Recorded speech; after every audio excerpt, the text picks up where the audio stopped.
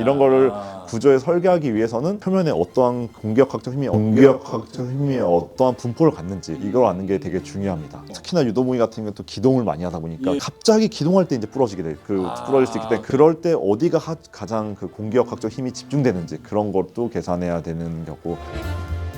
미국의 랩터가 딱 와가지고 쟤는 연이야 새야 뭐 이렇게 엄청난 기동을 하는 거예요. 공기역학적 특성을 충분히 이해하고 그거를 컴퓨터로 제어하게 되면은 그렇게 이제 비행할 수 있는 거가 되는 거죠.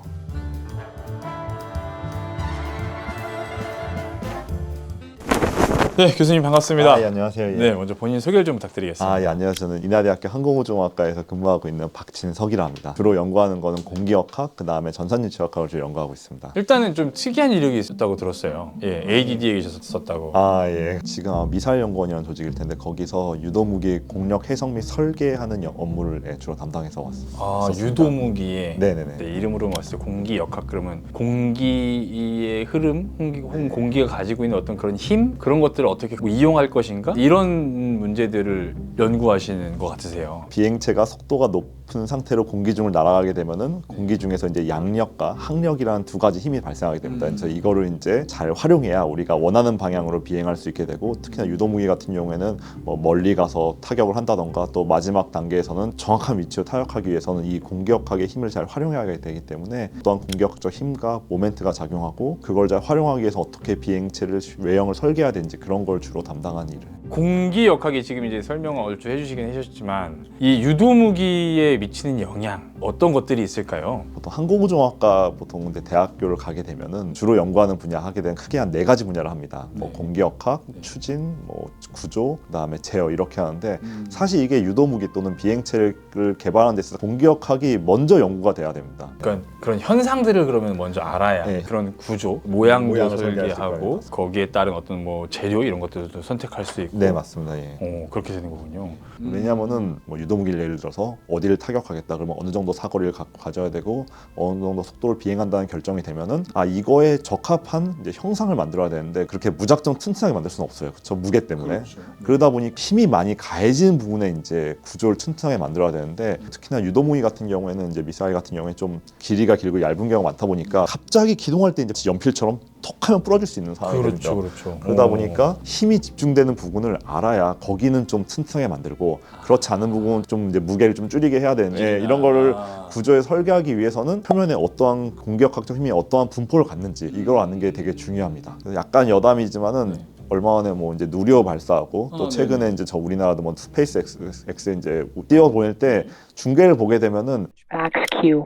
꼭 나오는 용어 중 하나가 맥스큐라는 용어가 나와요. 맞아요. 네. 네. 그렇죠. 그 맥스큐라는 게 Q가 이제 공기역학에 나오는 이제 동압인데, 이 공기역학적 힘은 요 동압에 항상 비례하게 됩니다. 그래서 맥스큐 구간을 지났다는 얘기는 이제 공기역학적으로 가장 힘이 많이 걸릴 수 있는 구간을 이제 지났으니까 구조나 공기역학 하시는 분들 이제 상당 부분 좀 이제 안심합니다. 이제서 이해가 가는데 맥스 큐 하는데 그냥 저도 모르게 안심이 됐거든요. 아무것도 몰라도 그냥 한 곱이 넘겼구나라는 건 제대로 이해했군요. 네, 그래서 또 요즘에 이제 이슈 중 하나가 이제 극초음속 뭐 이런 얘기가 많이 나오면서 특히나 그리고 또 북한에서 뭘 발사하게 되면은 항상 나오는 것 중 하나가 뭐 재진입할 때 뭐 이런 얘기를 하는데 음속의 뭐 5배 이상의 속도를 가게 되면은 공기가 굉장히 많은 운동 에너지를 갖고 있다가 유도무기 표면에 부딪히게 되면은 그 운동 에너지가 모두 열 에너지로 전환이 되다 보니까 표면이 굉장히 뜨겁게 달궈지게 됩니다. 순식간에 뭐 몇 천도 이상 올라가게 되는데 사실은 몇 천도 이상을 견딜 수 있는 재질이 거의 없어요. 그런 구조 설계하기 위해서도 어느 정도 열량이 들어온다 이런 걸 이제 공기역학이 해석을 해줘야 설계할 수 있다 보니까 초기에 이제 이런 설계를 하기 위한 데이터를 이제 공기역학에서 먼저 주다 보니까 부서 번호를 볼 때 1번을 주는 이유가 이제 순서가 좀 그래서. 그러네요. 이거를 반드시 알아야 네, 그렇죠. 여기서 이 값을 얻어내야 그 다음 설계할 수 다음을 할 수가 있는. 그렇죠. 이야, 이 중요성에 대해서 이제 제가 좀 알 것 같습니다. 네. 사실은 이제 여러 발사체, 네. 미사일 이런 것들을 연구 개발을 하고 시험을 하다 보면 잘 성공을 못하는 경우들이 많잖아요. 그런 이유들의 가장 기본적인 게 어떻게 보면 공기역학일 수 있겠어요, 진짜. 공기역학을 또 잘못 해석하게 되면은 오른쪽으로 가야 되는데 왼쪽으로 간다던가, 그리고 이제 기수가 내려가야 되는데 갑자기 올라가가지고 갑자기 비행 조종 능력을 상실할 수도 있고, 열 잘못 계산하게 되면은 노가 없어진다던가. 그렇죠. 그러면 이제 난리 나는. 그리고 일본에서 한번 북한에서 쏜 미사일이 떨어지는 거를 찍었더니 뭐 조각조각 난 것처럼 보이더라. 그게 이제 열화중을 잘못 예측해서 열화 보호를 잘못하게 되면은 그렇게 될 수도 있는 거죠. 근데 이제 제가 교수님 교수님 연구하신다는 내용을 쭉 보다가 공기역학도 어려운데 전산 유체역학 쉽게 그냥 제 상식 수준으로 생각하면 공기역학의 각종 수치들을 컴퓨터에 때려 넣어서 체계적으로 분석하고 이런 흐름들의 추이 동향 이런 것들을 좀 알아낸다. 예, 일단은 대략적으로 이렇게 한번 아유 봤습니다. 감사합니다. 예. 네.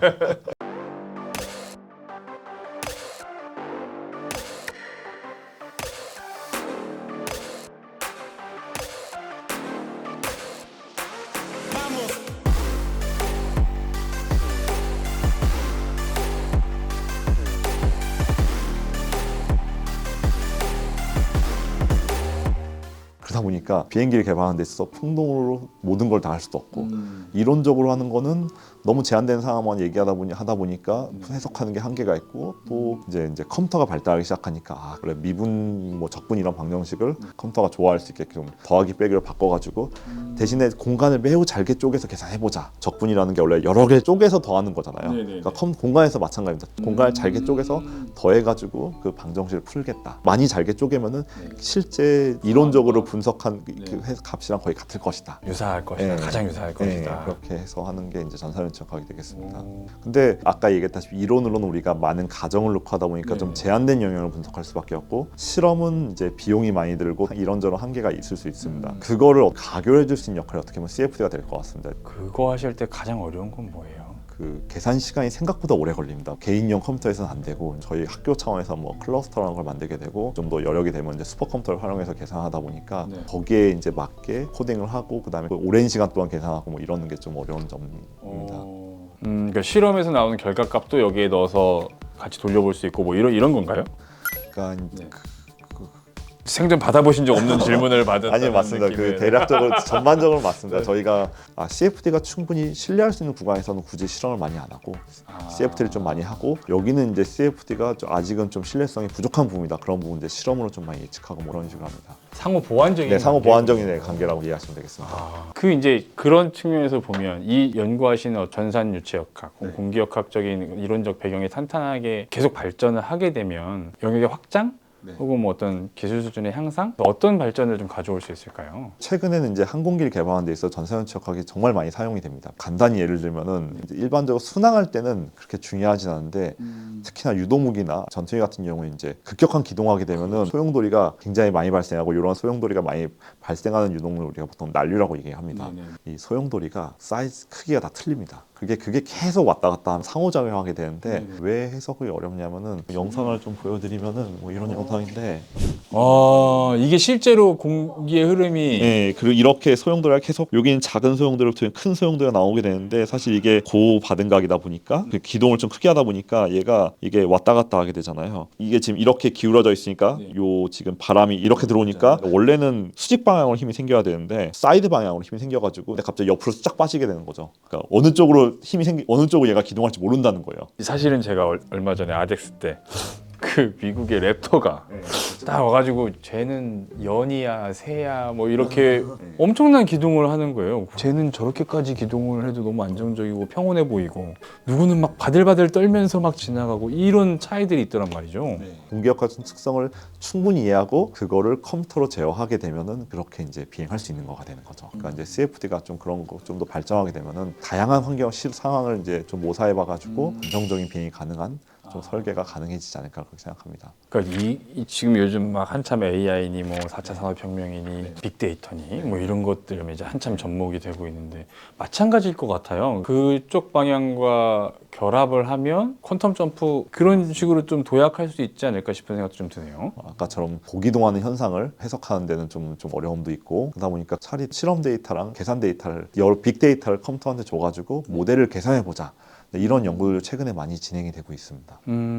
이제 향후 몇 년간 중심적으로 연구하고 싶으신 어떤 과제 분야가 있으시다면 어떤 게 있으실까요? 앞서 얘기했다시피 그렇게 이제 고속으로 비행되는 상황에서 이 현상을 제대로 이해하려고 하면은 수용들을 모두 매 시간마다 어떻게 변하는지를 계산해야 되는데 이게 계산 시간도 오래 걸리고 정확도가 좀 떨어져가지고 실제 그러한 카오틱한 특성을 좀 예측을 못하는 부분들이 많이 있습니다. 그래서 그런 거를 좀 GPU라던가 또 이러한 컴퓨팅 환경을 이용해서 한번 좀 극복해 보려는 연구를 하고 있는데 예전에 10년 전에 세상에서 가장 빠른 슈퍼컴퓨터가 대학교 실험실에 있는 컴퓨터 정도 수준이 되고 있습니다.